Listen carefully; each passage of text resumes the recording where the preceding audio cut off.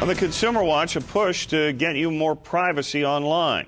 A California lawmaker is demanding tougher restrictions on companies that track your internet activity. What's being called the Do Not Track bill just moved one step closer to approval at the state capitol. Tonight, Action News reporter Stephanie Trong is live in our Salinas newsroom with more on the plan.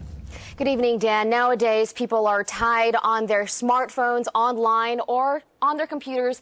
Google, Facebook, they're buying stuff at Amazon and eBay more than they're shopping in person. And for that reason, one state senator is fighting to get you more privacy while you're online.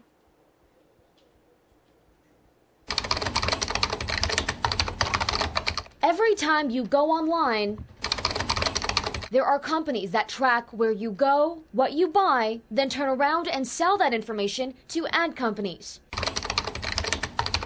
Internet attorney Timothy Walton of Aptos says, even worse, that data collection could be used against you. For example, every time you post something online, even if you delete it, that information is still lurking somewhere on the World Wide Web. If you're posting to Facebook and then you get into a lawsuit with your employer, for example, it is entirely possible that the employer could get that information without being your friend by sending a subpoena to Facebook.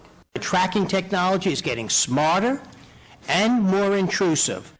Long Beach Senator Alan Lowenthal has authored a Do Not Track bill. It would allow consumers to opt out of having their activity tracked and force online companies to state whether they're selling consumer information and specifically what data they're passing on.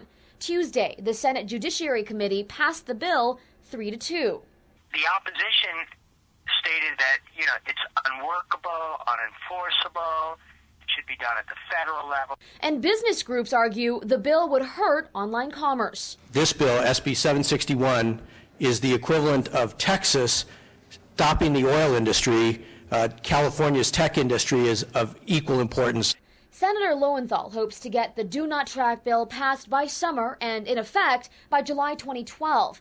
Until then, Walton has this warning for anyone who goes online. When they put something up on the internet, that it is not necessarily private at all. And if you are putting up a picture or comments, it may come back in even years later.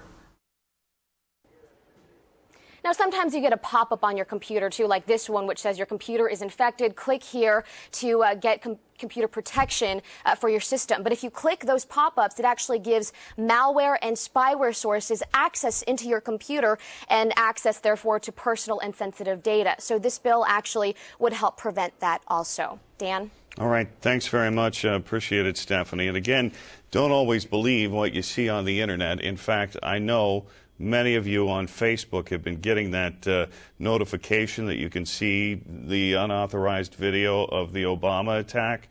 Well, it sends it out to all of your friends, and then they all get it. I know you've been clicking it. It's not real. The Do Not Track bill is similar to federal internet privacy bills introduced this year in Congress. Those bills stem from Federal Trade Commission report that came out in December, and that encouraged the internet industry to give people an option to keep their information private.